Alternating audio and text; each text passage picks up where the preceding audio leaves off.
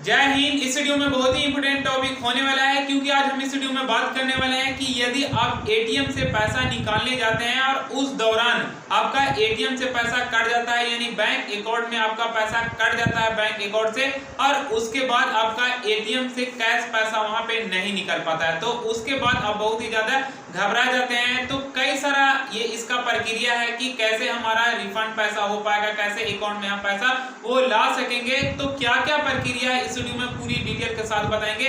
बस 5 से 6 मिनट का ये वीडियो होने वाला है, लेकिन ये बहुत ही इंपॉर्टेंट टॉपिक होने वाला है, क्योंकि सभी लोग होते हैं जब पैसा एटीएम से निकालने जाते हैं तो घबराने लगते हैं जब पैसा कट जाता है और पैसा आपका अकाउंट में मतलब कि रिफंड नहीं हो पाता है। तो क्या कुछ प्रक्रिया आपको करना पड़ता है ताकि आपका अकाउंट में वो पैसा आ सके, और वहां पे आपको कैसे सावधानी पूर्वक क्या करना होता है। तो फर्स्ट ऑफ ऑल मैं आपको बता दूं कि देखिए, सबसे पहले आप एटीएम से पैसा निकालते हैं, तो एटीएम से जब आप पैसा निकालते हैं तो उस वक्त आपका एटीएम मतलब बैंक अकाउंट में पैसा जरूर कट जाता है।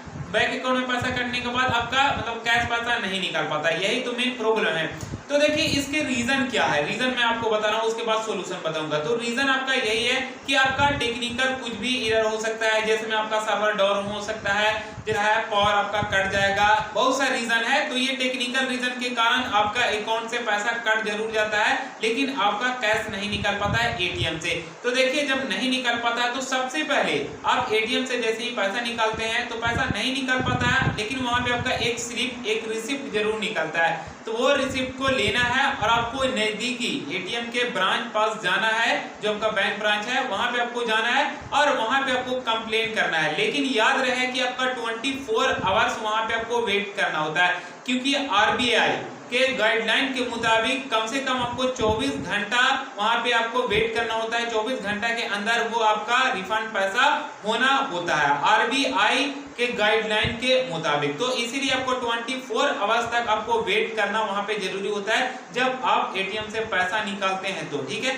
अगर इसके दौरान आपका 24 आवर्स के अंदर आपका पैसा नहीं आ पाया तो उसके बाद आपको क्या करना है कि तो सबसे पहले आप जो पैसा निकालते हैं और उसके बाद पैसा या तो निकलता है या पैसा नहीं भी निकलता है, तो उसके दौरान आपका एक एटीएम से स्लिप रिसिप्ट निकलता है। वो रिसिप्ट बहुत ही इंपोर्टेंट होता है, जो उसमें आपका डेट टाइम सब कुछ लिखा हुआ रहता है कि कब आप कितना क्या पैसा निकाले हैं। तो वो जो रिसिप्ट होता है वो बहुत ही इंपोर्टेंट होता है। वो रिसिप्ट को आपको लेके जाना है आपको नजदीकी एटीएम के ब्रांच पर, और उसके बाद वहां पे कंप्लेन दर्ज करना है कि इतना टाइम में इतना सब कुछ वहां पे पूछा जा सकता है। हालांकि वो जो प्रूफ होता है वो आपका एटीएम से निकला हुआ स्लिप ही आपका प्रूफ होता है। तो वो आपको सबसे पहले प्रूफ को रख लेना है, एटीएम का स्लिप को, और नजदीकी ब्रांच में लेकर जाना है, और वो 7 दिन के अंदर आपके अकाउंट में रिफंड होने का मतलब ये प्रक्रिया है बैंक से, ठीक है। सब कुछ जांच पड़ताल के बाद अगर किसी भी तरह का गलत तरीका से पैसा कटा हुआ है तो ये पहला आपका ऑप्शन था। बट इसके बाद आपका कई तरह का ऑप्शन है, जैसे में आपका स्लिप नहीं निकल पाता है,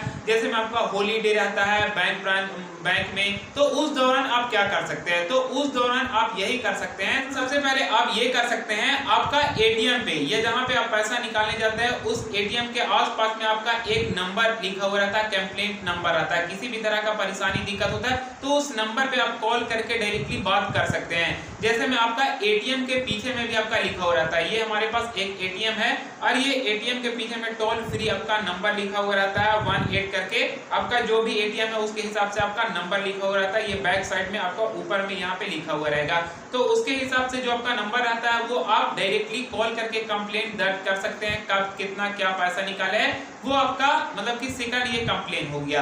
जब हॉलीडे है या किसी भी तरह का आपका रहता है तो उस वक्त पैसा आप निकालते हैं, तो उस वक्त के बाद आप कैसे डायरेक्टली कॉल पे कंप्लेन कर सकते हैं वो अभी आप देख चुके हैं। दूसरा आपका ये है कि अगर मान लिया जाए कि ये भी आप कंप्लेन नहीं कर पा रहे हैं, तो दूसरा आप जब एटीएम से पैसा निकालते हैं तो आपका रिसिप्ट भी कोई एटीएम में नहीं निकल पाता है, तो उसके बाद आपको वहां पे एक एटीएम जहां पे रहता है वहां पे आपका एक सिक्योरिटी गार्ड रहता है, वो सिक्योरिटी गार्ड से आपको एटीएम का आपका सीरियल नंबर और आईडी नंबर पूछना है। अगर वो बता देता है तो आपको नोट कर लेना है, और अगर वो नहीं भी बता पाता है तो आपको वहां पे क्या करना है कि आपका एटीएम का पूरा कंप्लीट एड्रेस वहां पे लिख लेना है, एक आपका कुछ पे भी पेज पे लिखना है, और उसके बाद आपका एटीएम का पूरा मतलब कंप्लीट लोकेशन का जो है डिटेल आपका लिख लेना पूरा एड्रेस, और डिटेल लिखने के बाद अगर वो guard serial number ID number बताता है और वो आपका लोकेशन एटीएम का लोकेशन आप लिख लेते हैं, एड्रेस पूरा लिख लेते हैं, और अगर वो सिक्योरिटी गार्ड वो दोनों कुछ बताता है तो उसके बाद आपको जब भी बैंक ओपन होता है तो उसके बाद आपको बैंक में जाना है और वो आपको कंप्लेंट दर्ज करना है, ताकि उससे ये होगा कि कब कितना बजे क्या आप पैसा निकाले हैं वो कंप्लेंट एड्रेस के थ्रू वहां पे जांच किया जा सकता है। तो ये हमारे पास 2 3 4 कंप्लेंट है कि अगर एटीएम में आपका पैसा फंस जाएगा तो आप क्या कर सकते हैं। अब देखिए ये बैंक का क्या प्रक्रिया होता है। बैंक का प्रक्रिया यही होता है कि 7 दिन के अंदर आपका जांच पड़ताल करने के बाद किसी भी तरह का आपका गलत तरीका से पैसा आपका कट गया तो आपको 7 दिन के अंदर बैंक जो होता है वो आपके अकाउंट में पैसा ट्रांजैक्शन कर देता है, मतलब रिफंड वो कर देता है।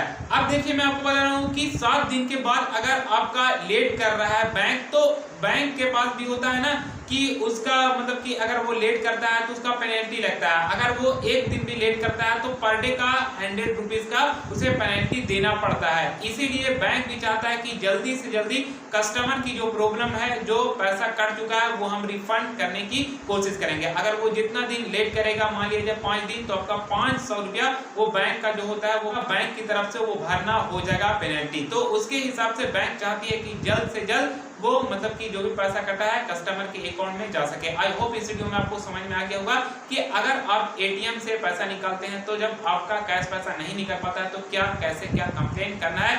ऐसी ही जानकारी के लिए आप हमारे चैनल पे बने रहेंगे। फिर हम नेक्स्ट वीडियो में मिलेंगे। जय हिंद।